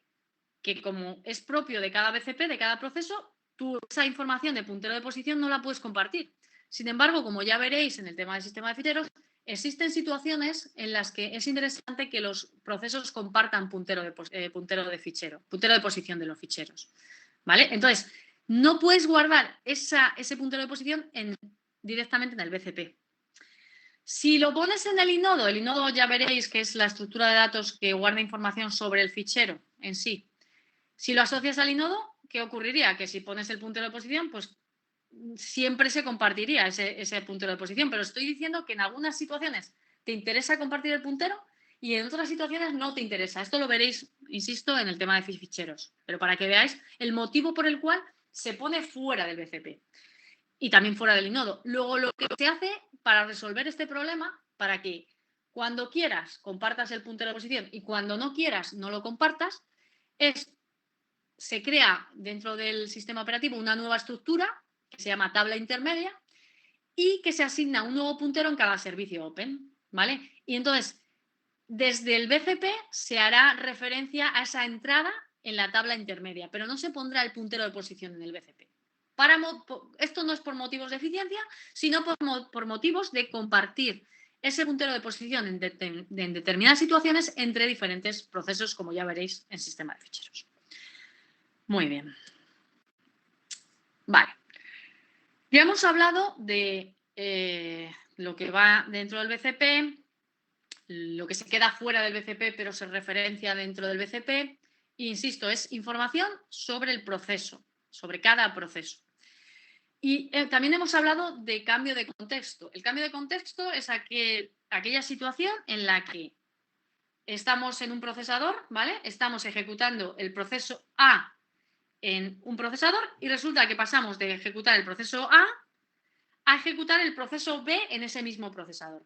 Ahí es cuando hacemos un cambio de contexto. ¿Por qué se llama cambio de contexto? Porque pasamos del contexto del proceso A al contexto del proceso B. Y ese tipo de cambio de contexto es una operación que es pesada, es decir, lleva tiempo relativamente, que requiere además dos cambios de modo. Porque no podemos hacerlo de forma mágica, ahí tiene que actuar el sistema operativo, porque el sistema operativo es el que tiene que seleccionar ese proceso B, ¿vale? Entonces, pasamos de que ese procesador está ejecutando instrucciones correspondientes a instrucciones de código máquina asociadas al ejecutable del proceso A, pasamos a ejecutar código del sistema operativo y después de ejecutar ese código del sistema operativo y seleccionar el proceso B, tenemos que pasar a ejecutar las instrucciones de código máquina del ejecutable asociado al proceso B. Vale, entonces, os he dicho antes y vuelvo a repetir porque esto es fundamental, que la única manera de que el sistema, una vez que el sistema operativo pone en marcha el primer proceso y ya empezamos a ejecutar de forma, o sea, se empiezan a crear procesos, etcétera, a partir de ese momento el sistema operativo solo se pone en marcha, solo ejecuta su código cuando hay o una interrupción, una excepción o una llamada, cuando hay un evento, ¿vale? Entonces, cuando llega ese evento, el tratamiento de ese evento puede requerir determinadas cosas. Pues, por ejemplo, el bloqueo de un proceso. Un proceso hace un open, eso es una llamada al sistema, pasa a ejecutar el código del sistema operativo y haciéndose open, el sistema operativo hace que el proceso que hace ese open pase de estar estado en ejecución a estar estado bloqueado por esa operación de entrada-salida. O expulsión del proceso A. Llega una interrupción de reloj, se pone a ejecutar el sistema operativo, se da cuenta de que en esa rutina de tratamiento de interrupción de reloj, de que se ha pasado la rodaja de tiempo del proceso A y pone ese proceso que está en ejecución, lo pasa a estado listo para ejecutar. Pero en cualquiera de los casos, pase lo que pase, es necesario que salvemos el estado del proceso que está en el registro de los procesadores en el BCP. Antes de hacer absolutamente nada, tenemos que guardar eso. ¿Por qué? Pues porque, imaginemos, aquí tenemos unos ejemplos de operaciones en código en ensamblador o en lo que sea. Bueno, estamos haciendo una carga de una dirección de memoria en el registro 5 Y si en ese momento llega una interrupción y se pasa al sistema operativo, tenemos que tener en cuenta que luego estos registros generales se van a poder reutilizar. Luego tenemos que, antes de hacer absolutamente nada, lo primero que tenemos que hacer es salvar el estado de ese proceso A en el BCP, porque si no, cuando pongamos en marcha otra vez a ese proceso, lo haremos con valores que no corresponden al punto en el que ese proceso estaba cuando fue desalojado del procesador. ¿De acuerdo? Bien. Y luego, o sea, esto es lo primero que tenemos que hacer, es decir, cogemos el proceso A que estaba ejecutando y copiamos, salvamos el estado en el BCP y a continuación tenemos que activar el nuevo proceso, el proceso B. Es decir, que se pasa de ejecutar el sistema operativo a ejecutar el proceso B. Para ello, lo que tenemos que hacer es coger el estado del proceso B, que estará almacenado en su BCP, y volcarlo sobre los registros del procesador. Y en ese momento le damos paso a ese proceso que se pondrá a ejecutar como si jamás se hubiera quedado bloqueado, como si jamás se le hubiera expulsado del procesador. La apariencia, de hecho, cuando vosotros estáis en un sistema multitarea, multiprogramación, que son actualmente todos prácticamente, salvo algunos ejemplos especiales de sistemas, la impresión que tenéis es que vosotros tenéis a disposición vuestra todo el procesador. La realidad es mucho más compleja e implica este tipo de cambios entre procesos, sistema operativo, etc. Vale. Bien, por tanto, ya hemos visto... Bien, perdonad, me están preguntando. El estado de un proceso lo cambia el propio proceso o el sistema operativo. Es el sistema operativo, ¿vale? El sistema operativo es el que, dentro de la rutina de tratamiento de... A ver, la realidad es un poquito más compleja, ¿vale? Nosotros en esta asignatura de sistemas operativos simplificamos un poco la visión por vosotros. La realidad es que el código del sistema operativo se ejecuta dentro del contexto de un proceso. Es decir, es como si el proceso en sí cambiara su estado, pero ejecutando código del sistema operativo. Pero ese cambio de estado es código del sistema operativo. O sea que, contestando un poco a lo que tú dices, sería el sistema operativo el que cambia el estado del proceso, ¿vale? Y lo hace pues en cualquier tipo de situación que se dé un evento, porque si no se da un evento, el sistema operativo no va a ejecutar código, ¿vale? Bien. Ahora, ya sabemos un poquito más sobre qué es un proceso, sabemos un poco más sobre las estructuras de datos que tiene el sistema operativo en relación a los procesos y siento que hoy va a ser un día un poquito duro en el sentido de que todo es muy teórico. A partir del próximo día ya vamos a hacer muchos más ejemplos y ya están las llamadas al sistema que nos permiten interaccionar con el propio sistema operativo y vamos a estar continuamente haciendo ejemplos, código, ¿vale? Para que vosotros sepáis utilizar estas llamadas. Pero bueno, os cuento un poco qué es la vida de un proceso. Como he dicho antes, se crea el proceso, ejecuta determinado código que puede cambiar a lo largo de la vida. En el caso de Unix, el ejecutable correspondiente se puede modificar y eventualmente termina el proceso, ¿vale? Entonces, ¿qué operaciones en relación a la vida de los procesos vamos a ver? Pues vamos a ver el fork, ¿vale? Que es una llamada al sistema que hace que un proceso construya un proceso hijo, ¿vale? Que ejecuta el mismo programa que el proceso padre, ¿vale? Eso es en Unix. Luego tenemos otra llamada al sistema, que es la llamada exec, que es que ahí solo hay un único proceso, ¿vale? Cuando hacemos un exec, seguimos dentro del mismo proceso, ¿vale? Pero lo que estamos haciendo es cambiar el programa, el ejecutable, que va a pasar a ejecutar a partir de ese momento ese proceso, ¿vale? Iremos viendo en qué consisten estas operaciones, ¿vale? Y cómo se implementan y vamos a ver ejemplos y lo vamos a utilizar. Para terminar un proceso, bueno, pues usamos una llamada que se llama exit, si el proceso termina de forma correcta, ¿vale?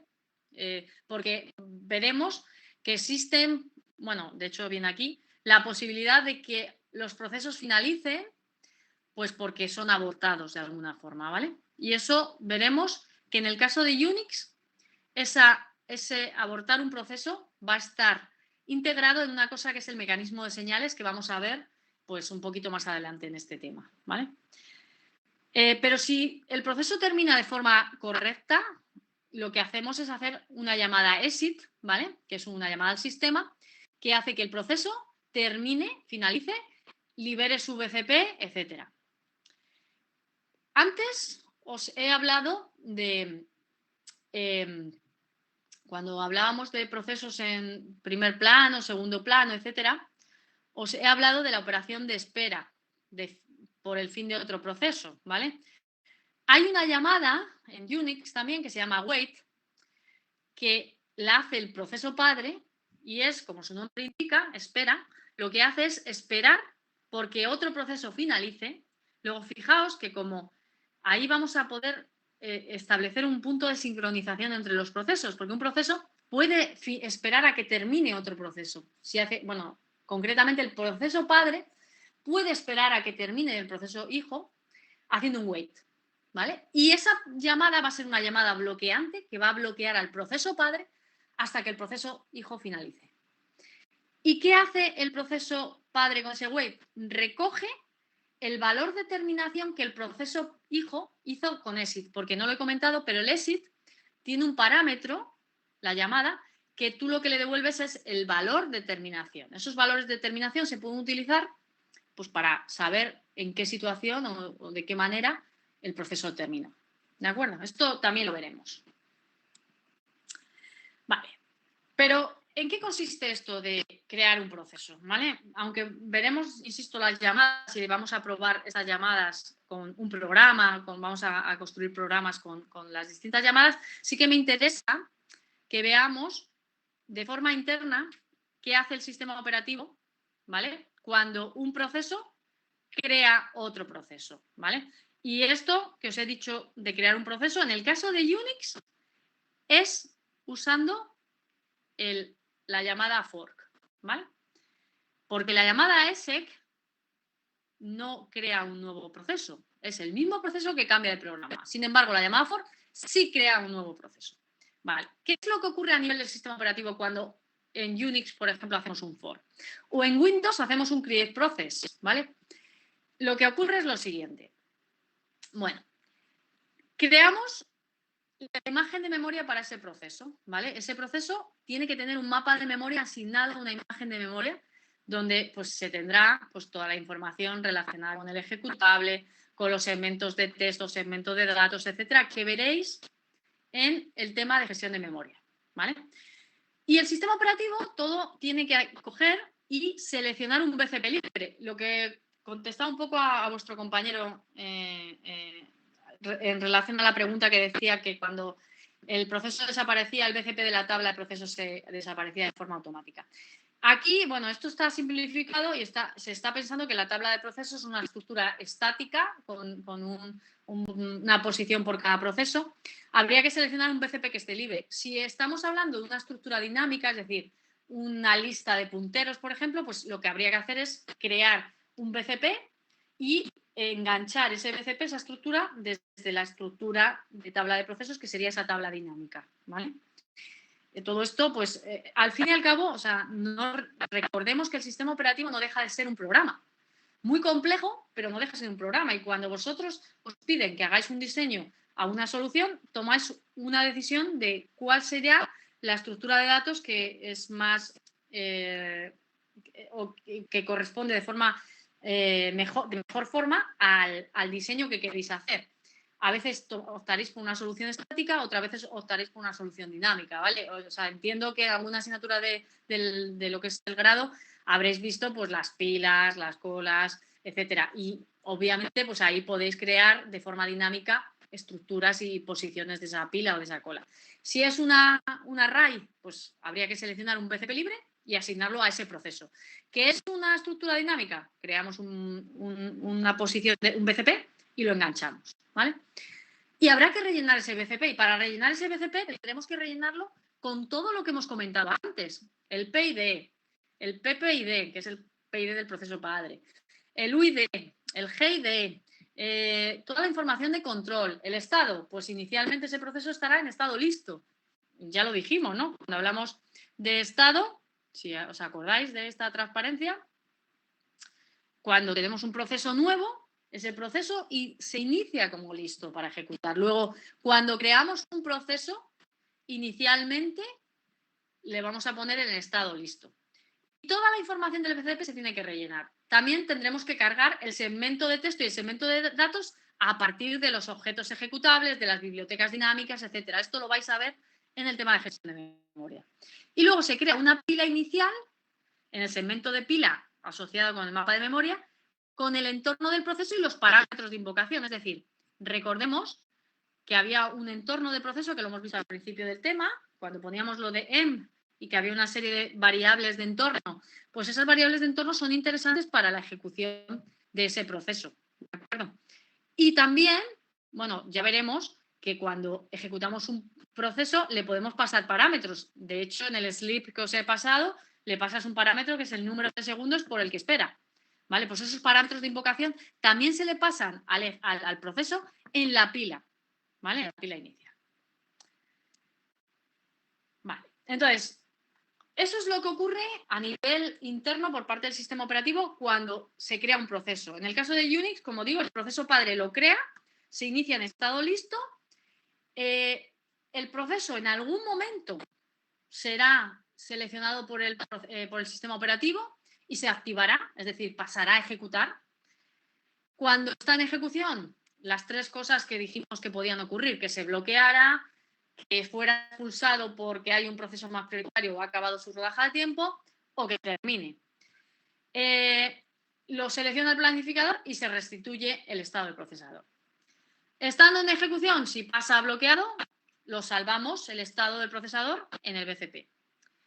Estando en ejecución, pasa a listo, también salvamos el estado del procesador en el BCP. ¿Vale?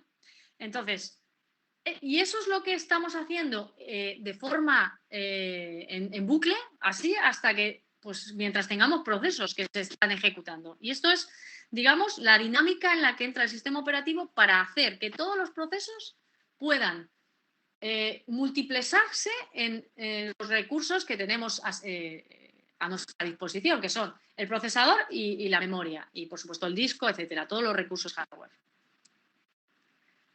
Y en un momento determinado, ese proceso terminará, ¿vale? Finalizará. Bien de forma voluntaria, bien de forma involuntaria. Forma voluntaria, lo que os decía antes, cuando el proceso termina de forma correcta, por así decirlo. Invoca una llamada al sistema, el exit, que os decía antes, a fin de decir, oye, he terminado. Y eso significa, como el exit es una llamada al sistema, ¿qué significa?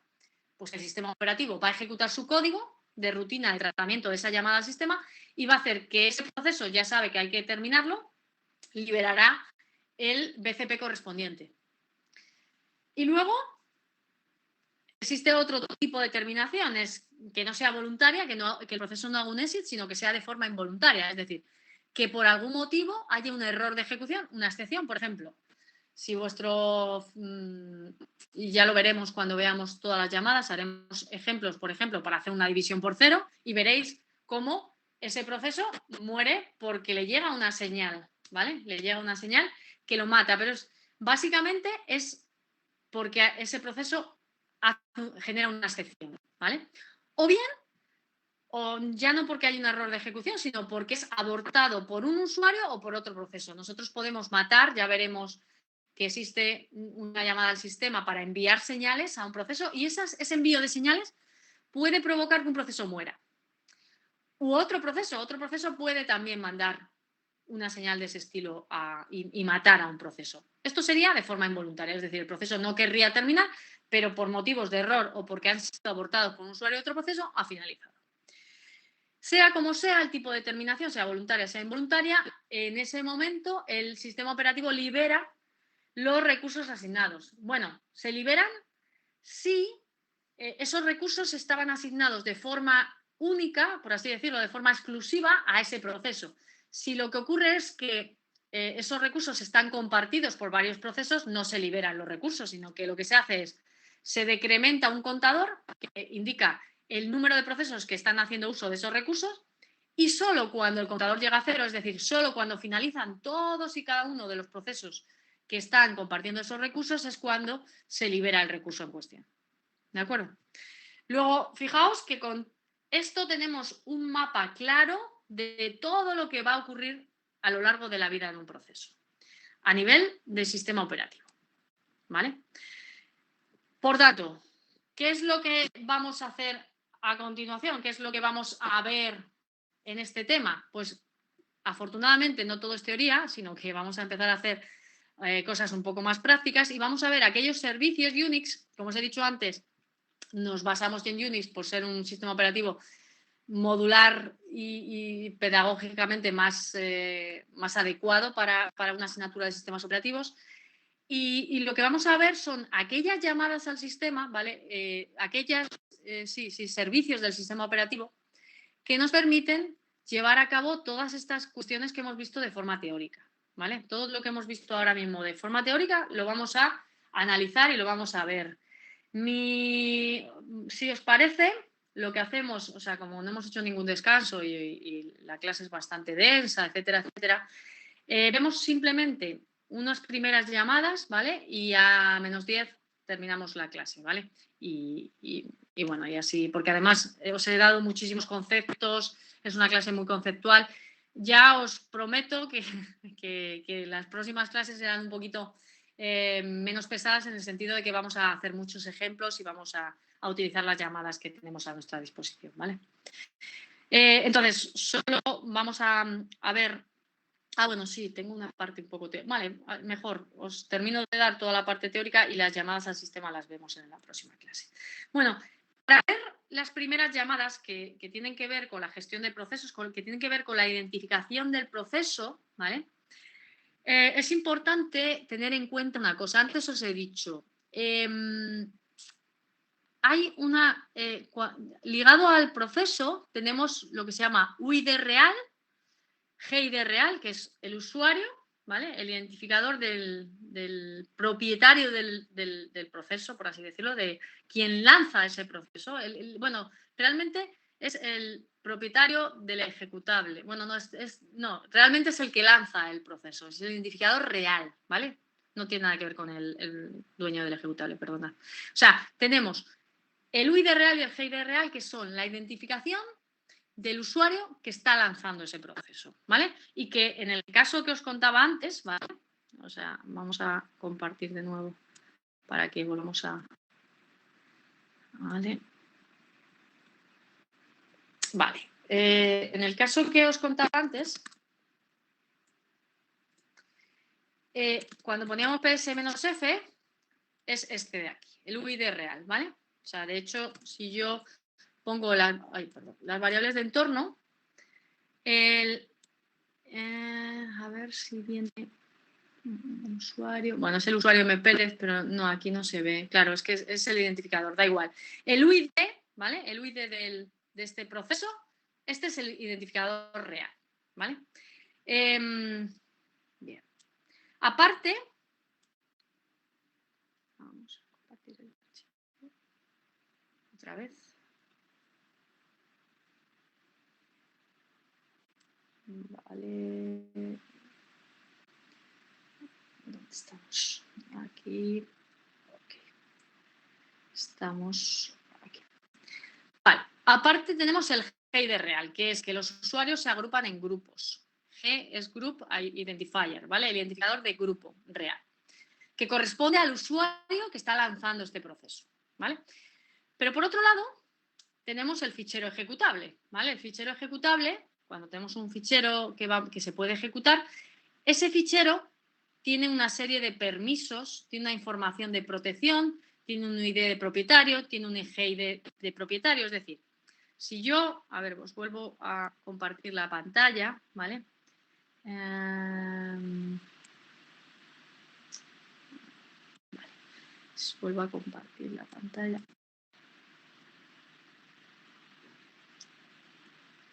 Permitir. Vale. Ok.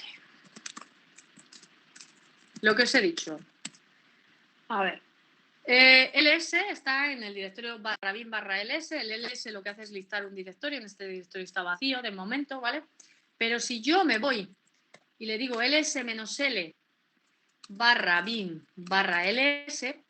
fijaos que esto es un ejecutable que tiene una serie de permisos. Esto no sé si lo habéis visto en la introducción, pero esto lo veréis en el tema del sistema de ficheros, ¿vale? Pero ¿qué significa esto de aquí? ¿Qué significa esta RWX, este R X, R-X? Bueno, esto es un conjunto de permisos, ¿vale? Un conjunto de permisos que corresponden a los permisos que tiene el propietario, estos primeros, RWX es el propietario del fichero ejecutable. Este segundo grupo son los permisos que tiene el grupo del propietario del ejecutable, y este tercer grupo de permisos son los permisos que tiene el resto de los usuarios, ¿vale? ¿Qué significa aquí? Pues significa que este fichero ejecutable corresponde al root, ¿vale? Es el superusuario el que tiene... ¿Estáis viendo mi pantalla? O sea, ¿estáis viendo el LS y todo eso? Ah, vale, perfecto. Vale, gracias.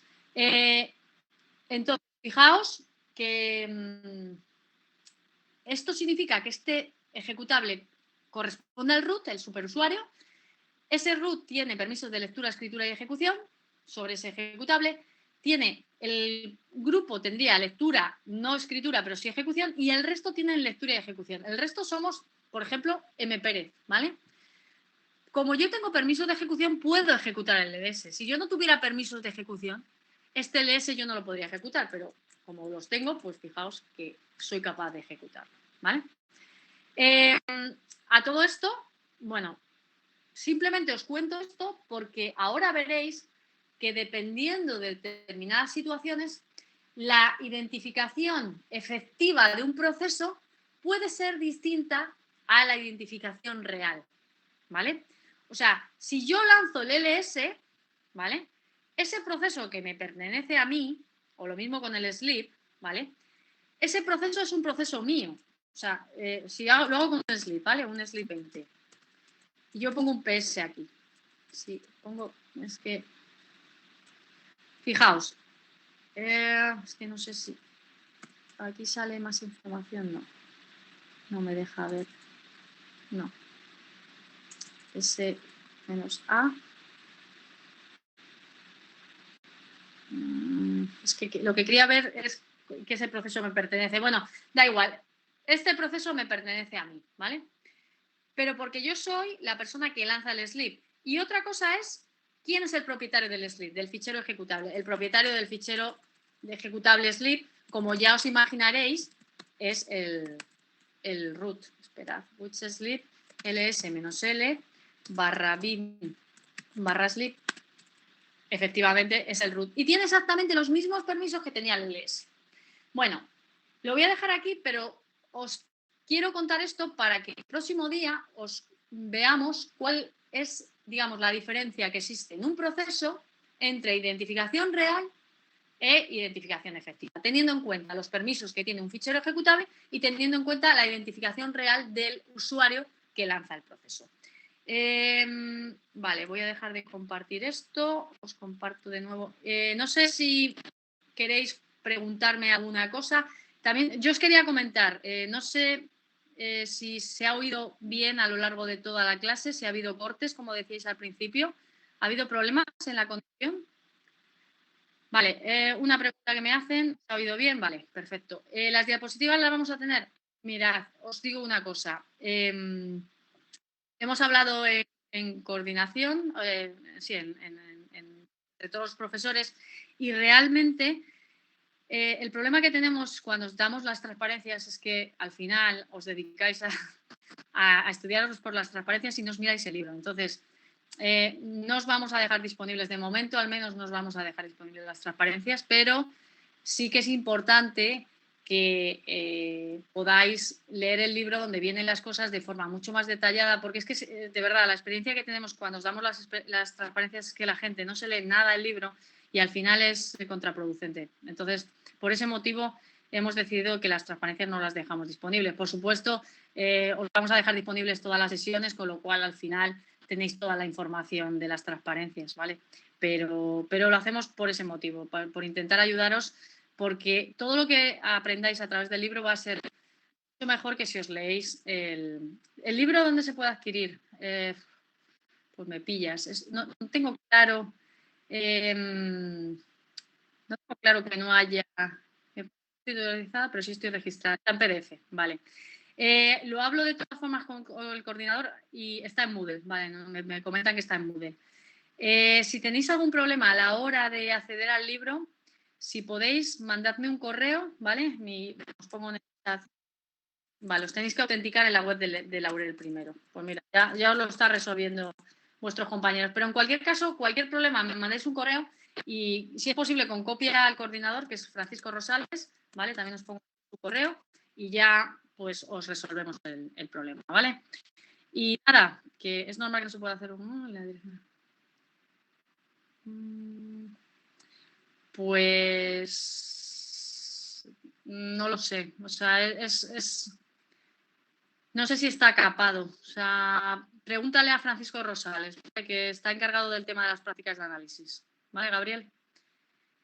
Y nada más, que el próximo día nos vemos. Espero que sea mucho más práctico que el día de hoy, que ha sido un poquito conceptual. Y bueno, termino de parar la grabación ya.